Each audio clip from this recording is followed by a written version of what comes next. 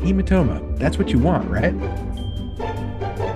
If you're hearing our voices, that means it's time for It's This Meets That, the podcast where we watch the worst movies from trailer and credit scene by scene, so you don't have to, but maybe you should. I'm Russ. I'm Jared. I'm no doctor, but I don't know if that's right or not.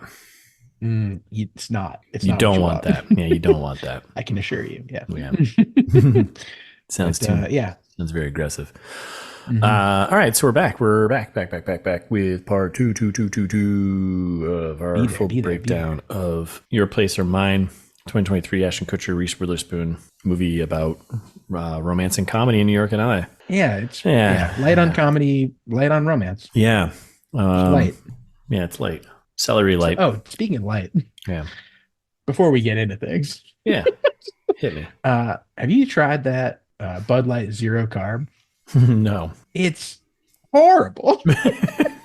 I was like, oh, like I'll get this for my buddy that has diabetes. And like, well, like this would be a nice beer we could drink. Mm-hmm. It's like the worst thing I've ever drank. Yeah, I mean, it has nothing in it. It's just it's actually beer flavored seltzer. Yeah. Just call it that. Yep. Which, if you called it that, maybe I'd be more like. Once I realized it was that, I was like, okay, I can call it what it is. Yeah. Yeah. Call a spade a spade. Right. Right. Anyway, sponsored by Bud Light. Sponsored by Corona. Put a lime in it, and you got a good tasting beer. Mm-hmm. Okay, good to know. Good safety tip. I'm not really looking for zero carb beers, but yeah. I mean, you could drink way more of them. Yeah. Well, I don't know. I do pretty well with the carbed ones too. So I'm saying for your health. Oh, yeah. I mean, come on. Who cares about that? Great. All right. So we're back here with part two. We got a lot of open questions, but I think they're all going to be pretty straightforward answered. So we all know what's going to happen. But join us on this journey as we get through this.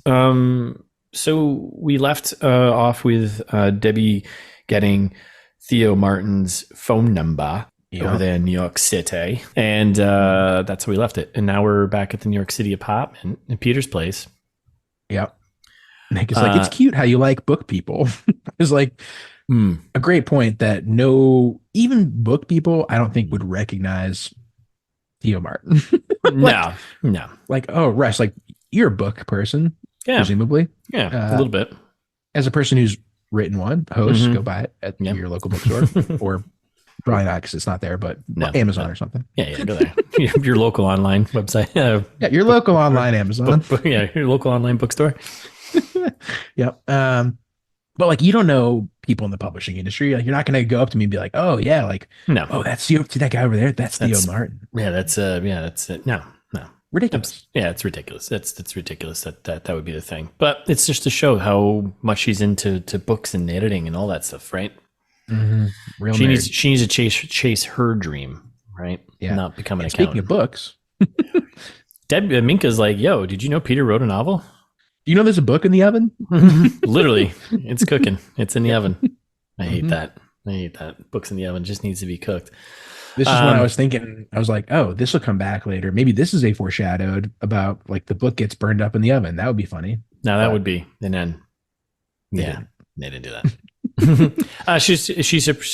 She's surprised, and she's like, oh, he didn't tell me this. And Minka's like, well, maybe he doesn't tell you everything. Yikes. Obviously, that's not happening. So, yeah. She's like, I don't want to read it. Like, I shouldn't, right? Or should I?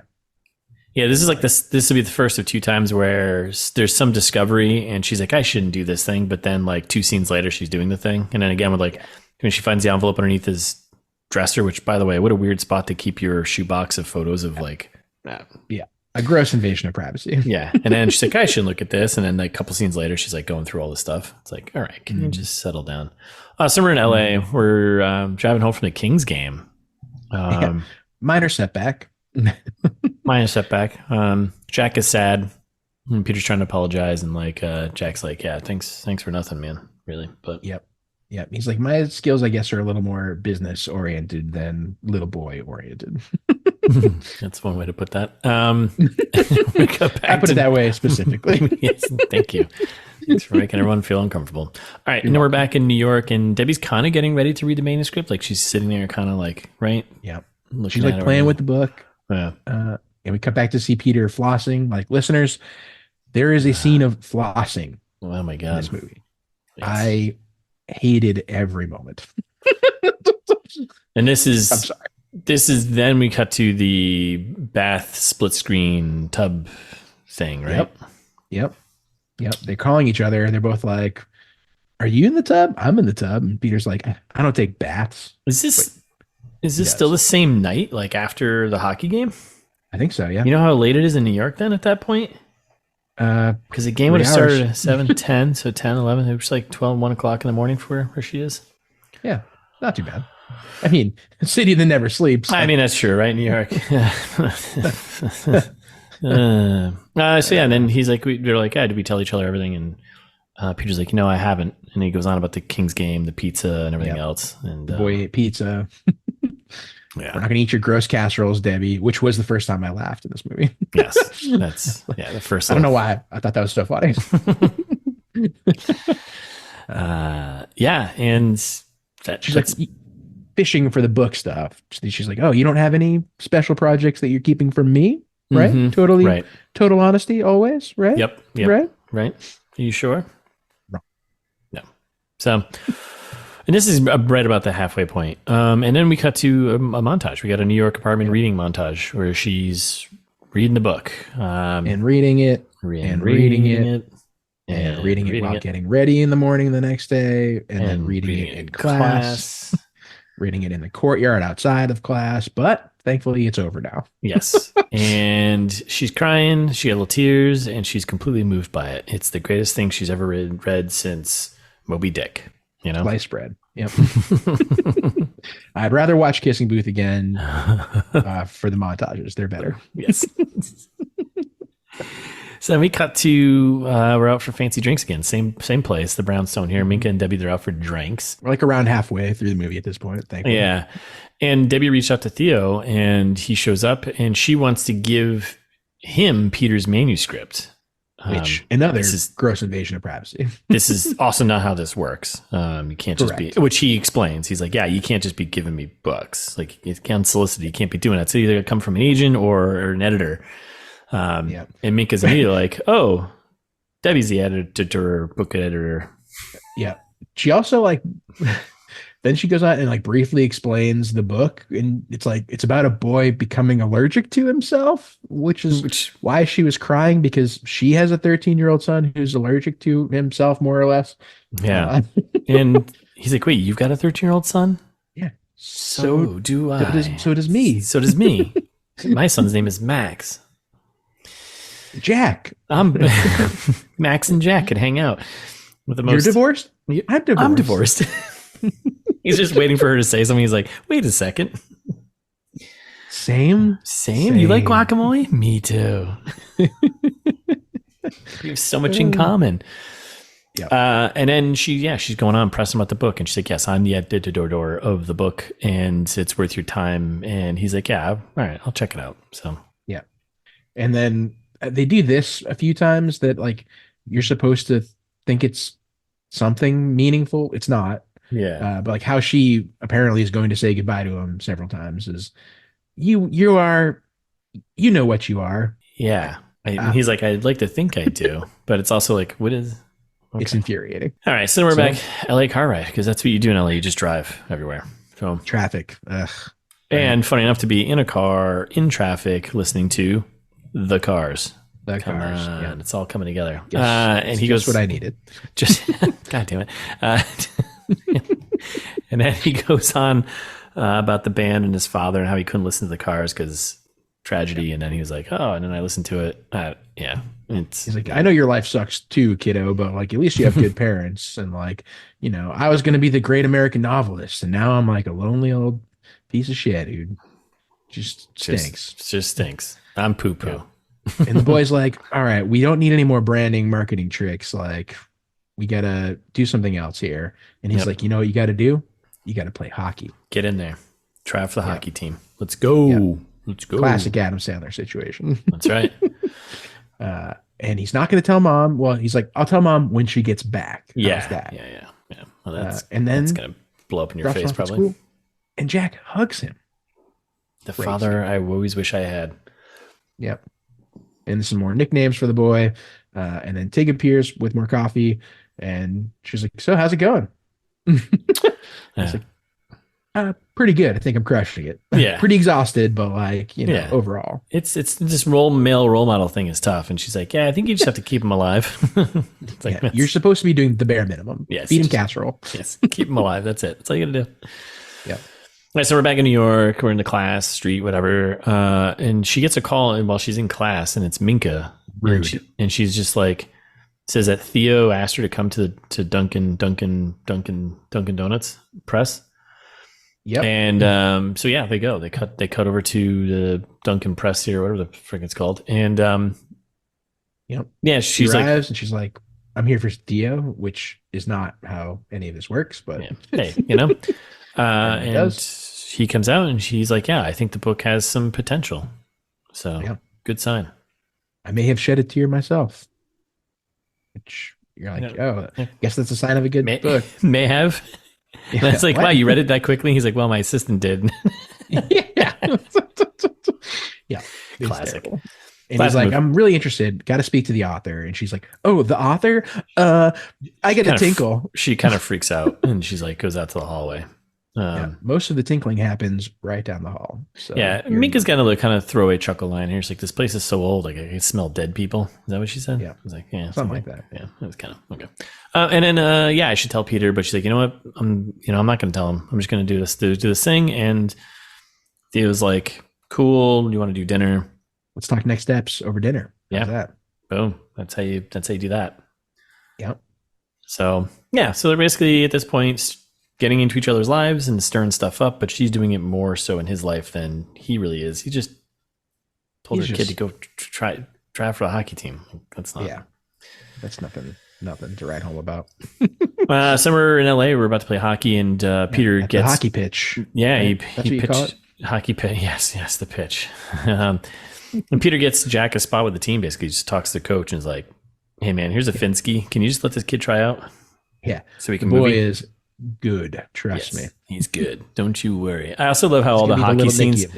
I love how all the hockey scenes with him. The kid's got the only red helmet, so it's him. It's easy to see. Easy to see. It's like, God damn it. Yeah. And we're back in New York. Peter's not answering, and Minka's got her clothes. She or shows something. up with outfits. Yeah. Time for a makeover. Number of times Jared's come over with outfits for me it's been a lot. I had a nickel. How about this t-shirt, buddy? How about this t-shirt? How about this t-shirt? This one says Coca-Cola. Thanks, buddy. This one says nothing. Your favorite. Oh my God. So then we cut back to the LA home. Yeah. So the rest of this movie, this is going to be really, it gets more jarring with this cutting back and forth, and it happens a bit quicker. Yeah. So we're back in LA. Yeah. And Jack's like, wow, I did a good job at hockey, huh? And Peter's like, yeah, Jack Frost. Maybe that one might be the nickname that sticks because you're good at hockey. Yeah. And Frost is cold like hockey.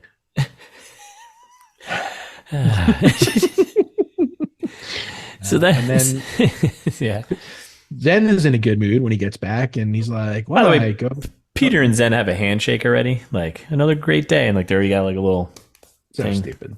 Yeah, okay, I hate it. But they have a beer together, and they start talking. Yep. Right. Peter's apologizing for being a jerk. He's like, I'm just stressed about taking care of the kid, and Zen's like, yeah, plants are stressful too. Yeah. And he's like, okay. I love the line, take a break. I don't need a break. I don't work here. He's like, all right. That was chuckle worthy. Yeah. So they talk about how awesome Debbie is. And Zen explains, I'm her neighbor and part-time lover. Because in case you didn't notice, she is hot. Because I know you guys are just our friends, so you don't look at her that way. Yeah. Yep. So yeah, he's like, yeah, friends with Bennies. So yep, friends with Zennies. She's like, I got my strategy. I'll just keep showing up, and then maybe one day she'll decide that she wants to be in a relationship with me. I mean, Peter's like, I don't think that's how anything works. But then it upsets Peter a little bit, and he's like, oh man, the Zen going into the Zen den. So we're back in New York. We're having dinner, and this is shot from a trailer. Her in a fancy dress, walking through the city, or walking to the restaurant. And then basically this whole dinner is just them nerding out about Peter's story and them nerding about just books and authors and quotes. And they go for a walk. They're having a nice time. But was there anything else important that comes out of that other than like them hooking up? Talk about like how, his life or whatever is like just a little bit late for a proposal. Like they're talking about a book, I think. And then maybe that's a foreshadowed of like just a little bit late on that lovers getting together situation. Yeah. Guess we'll see how that pans out for our heroes. But otherwise, no, they were like, she mistakes the Brooklyn Bridge, the Manhattan Bridge for the Brooklyn Bridge. And then they just head back to Peter's where this is the part, right? Where we go upstairs. He's like, yeah, I think so. And then he comes in, he's immediately just shitting on Peter's place. Like, all right. He's like, wow, this is Airbnb. Sorts their books by colors. So devoid of life. Who sorts their books by colors? Like, God damn this guy. You know what? Theo Martin, if that's your real name. Yep. Then they're doing Mark Twain quotes at each other about how too much champagne is just right. And they're smitten with each other, seemingly. And then, champagne time, some more music, and cut back to Peter.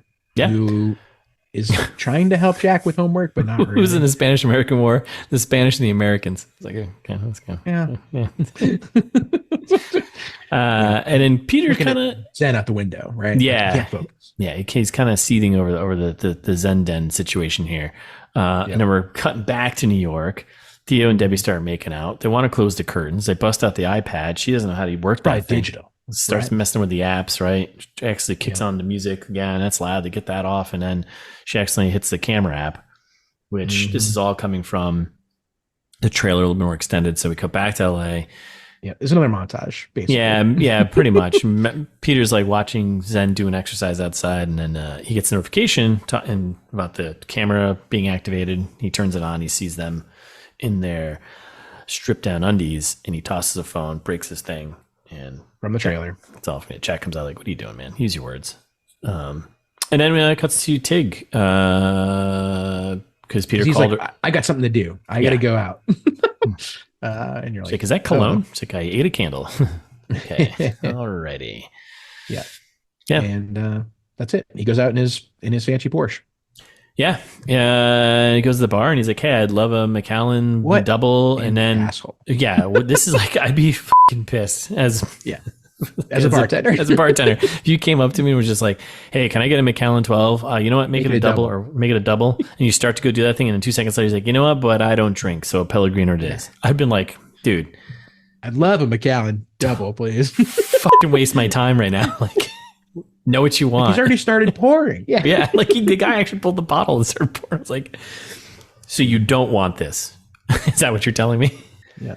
You want a goddamn Pellegrino? A woman approaches. Some fancy lady. She comes in. That's right. She comes in and she's she's like, he's looking to get some West Coast flirting. Yeah, some West Coast action here. Because like, I couldn't believe it when my phone rang, and he's like, "Yeah, like I couldn't believe that you changed your number. Like you didn't change your number for 20 years." And she's like, "Well, I didn't change it for this exact reason, hoping you'd call." Like, this is stupid. I hate this. And then we cut back to the New York apartment, and we got Debbie post sexy time. She's a little stir crazy here. She checks her phone, texts Peter. Nothing. Back at the LA bar, Fancy Lady wants to take Peter home, but we cut to the LA house and no kids, no husband. Let's do this. Let's roll. And then we cut to the LA home, and he's going on about how he denied taking the lady home to Tig. Yep. To Tig. Alicia. Yeah. And she's like, "Well, at least you smell terrific. So you have that." Yes. And then he goes on about stuff. I kind of stopped listening for a bit here, but he's more explicit about how he drank and stopped writing and how he's a noble piece of shit. And yeah, it's from the trailer too, where he's like, that first time we slept together, like I couldn't stop thinking about her. And like, she's like, "Well, why didn't you do anything then?" And he's like, "Well, that's when I saw her and Jimmy at the theater."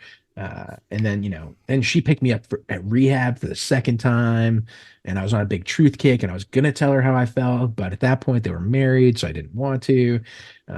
And then she told me that she was pregnant. And then like, that's why I had to leave. And he's like, she's like, "Oh, the earthquakes. Got it." Because that's the joke too of right. He moved out of California because of the earthquakes. It's his ability to commit and yeah. But he's got to stop telling himself that story that he's a piece of shit, because maybe he's not a piece of shit. Yeah. And she's like, I'm sorry, I've had 10 coffees. I'm out of my mind. Let me just cut to Zen playing the guitar. Peter checks on Jack sleeping, and then we're back in New York. Debbie wakes up alarmed because she is late for her final exam. Whoa. And then tells Theo to like show himself out. You know how to find the door. Yeah. And he doesn't know that she's in school because he thinks she's an editor. And right. He's like, you're what now? Yeah, she's like, oh, yeah, I got to edit this stuff or whatever. I don't know. Yeah. A final draft of the book that I'm editing. And we're in class. She takes the exam, and that's done. And then we're back in LA, and we got Jack and Peter kind of like they're in cruise control. They got their system down, like right? Another almost a montage, basically. The way they do these quick cuts, right? Yeah. The rest of this movie is very like this. So they're making breakfast, doing lunch. They're doing good stuff there. Yeah, having a good time. We go back to New York. The exam's done.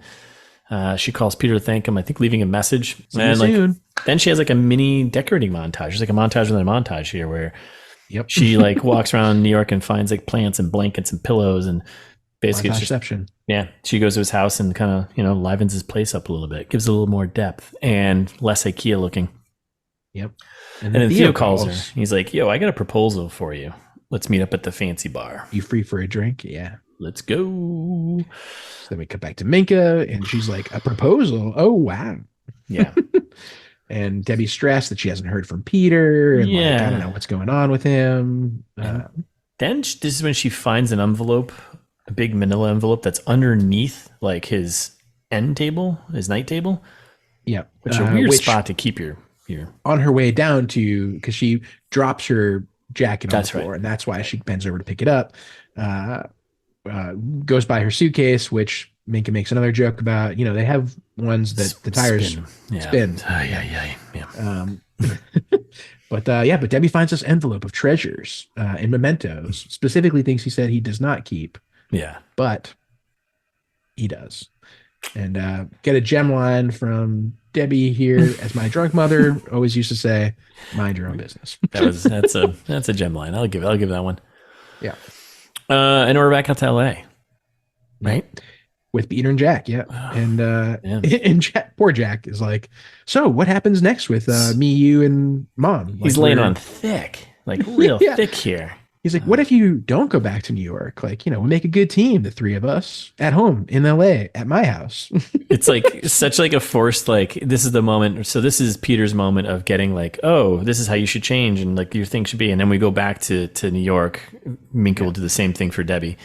Yeah. Well, and specifically, he's like, Jack's like, I don't know how you decide this stuff as adults. He's like, yeah, I don't know how we decide this stuff either. And he's like, you look like you just felt an earthquake or something, like a reason to run away again, perhaps.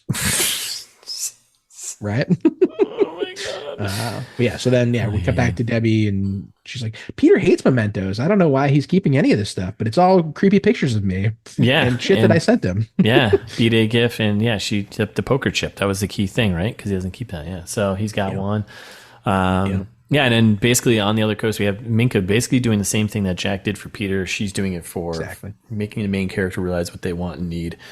You're in love with Peter. You gotta take a chance. Take a chance. She's like, I don't take chances. I'm just I'm a boring person. And then we go cut to her. It's all from the trailer. Cut to her in a cab ride, and she's like flipping through photos of her and Peter and thinking about Peter.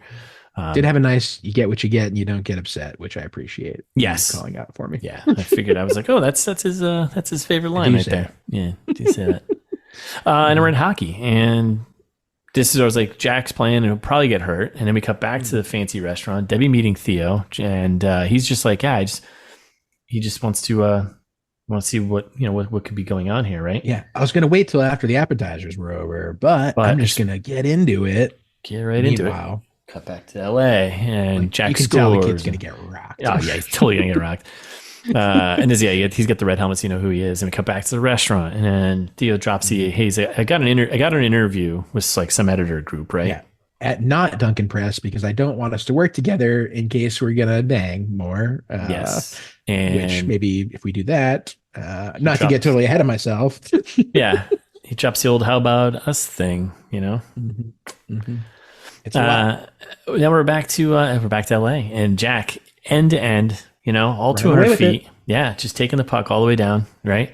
And we cut back to the restaurant. Debbie's like rambling on and tells Theo basically she might be in love with someone else. Yep. She lets him down gently, kind of. She's like, "You're wonderful. Believing in me means the world to me. I get it. Yep. However, I found this envelope. It's a whole thing." Yep. And he's like, "What?"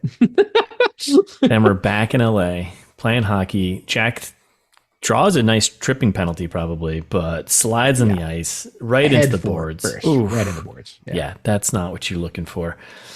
Which it looks pretty slow. Like the way they film this, it's like he like slides like bonk. Like just like bonks his head in the boards. You're like, that's probably not a concussion, but it still hurts.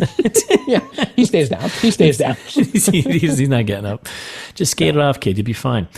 Yeah. We're back at the fancy restaurant. This is all building up here. And Debbie gets a call from Peter and she's like, "What do you mean hockey tryouts?" And then she starts freaking out. And she's like, "We cut to LA, right?" And it's like the ambulance got there so quick and he's with the doctor now. Everything's going great. Don't worry. And the doc comes online. She's like, "Yeah, he's got a headache, some nausea. We'll keep an eye on next concussion stuff, no hematoma Could be though. a hematoma. Yeah. But yeah. So she's freaking out, and she's like, "Give the phone to Jack," and Jack lets it all loose here. He's like, "Mom, this has been the best. This is the best week of my life, and you need to lighten up." I almost drank coffee.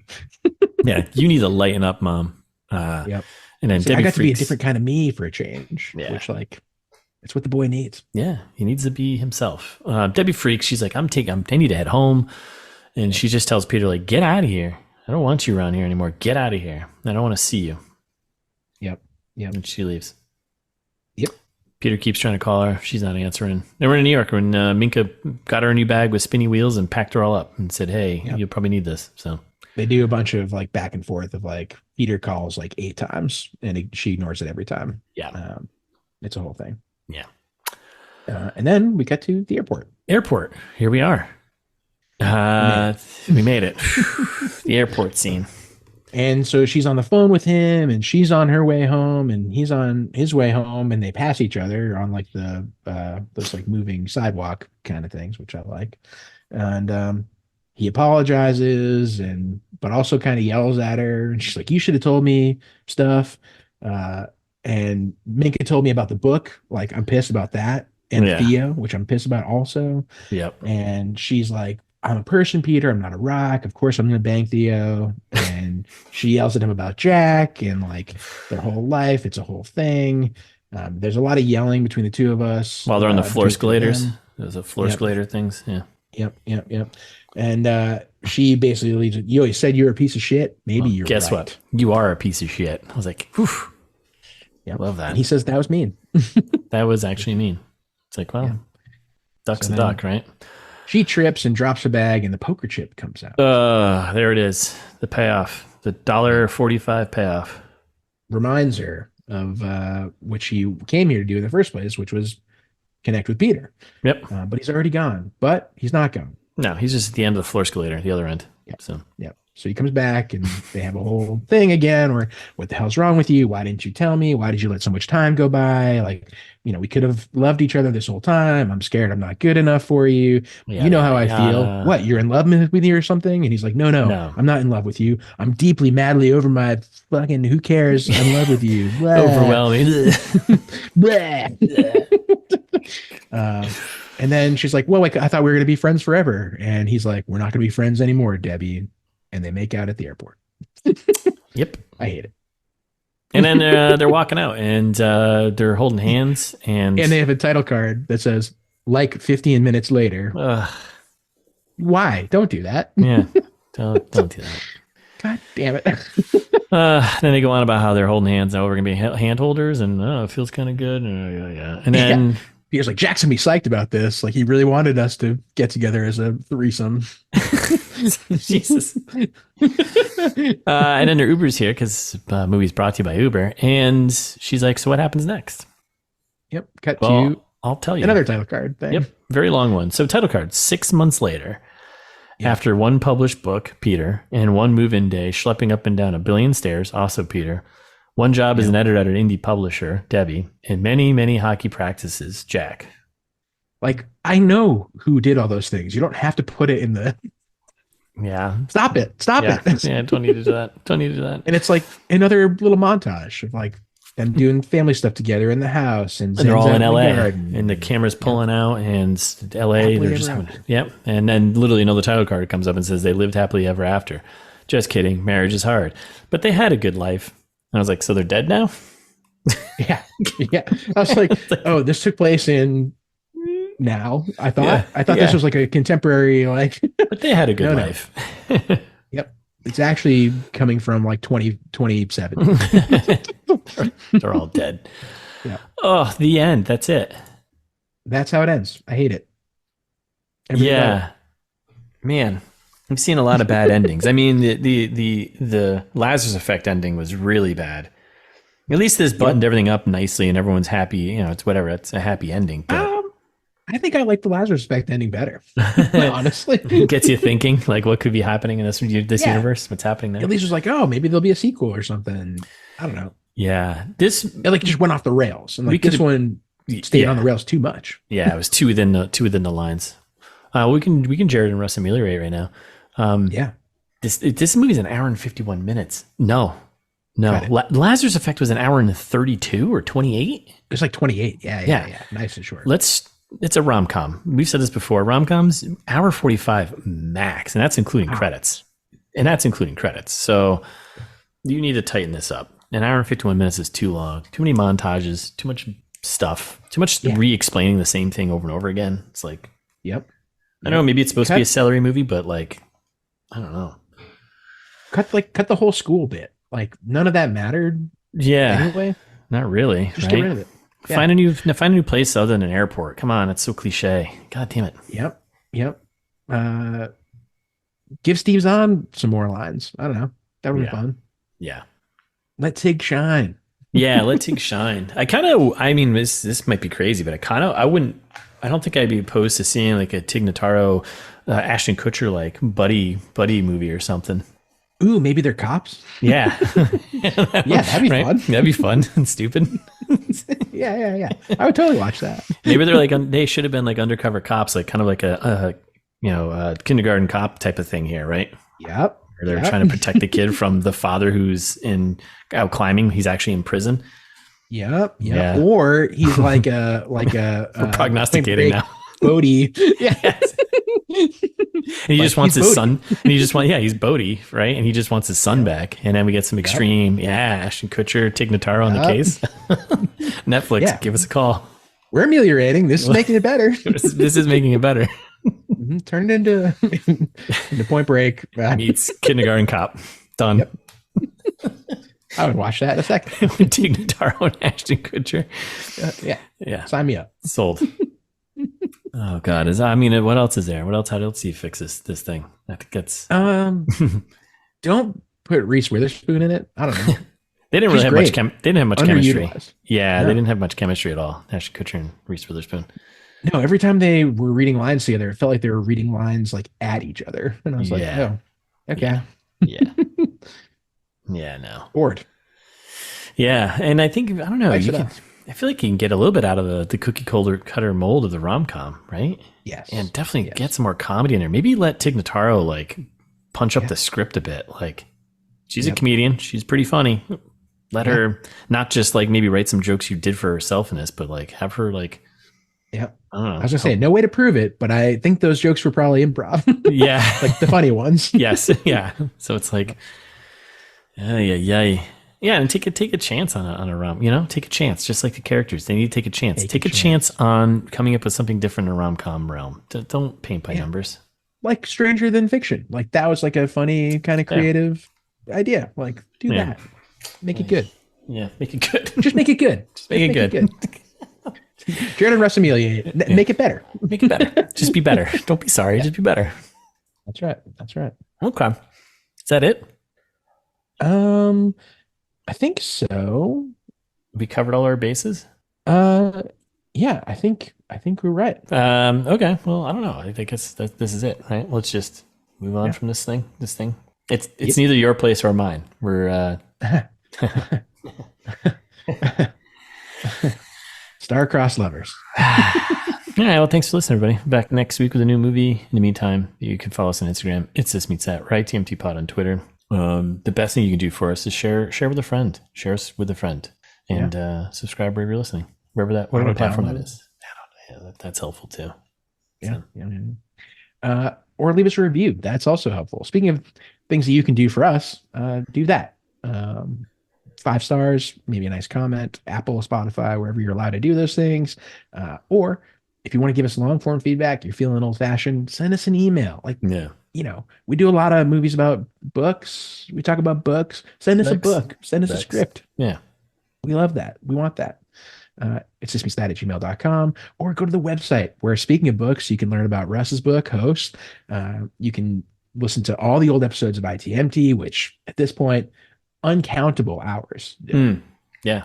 I mean, I haven't counted. Have you? No, I have not. That's too much counting. You get the abacus. You get the wall abacus. So I lost count at 3 orbs. Because it only stops in the thousands. I think you can't count any higher than that. Yeah. Right? Orbicus. Orbicus.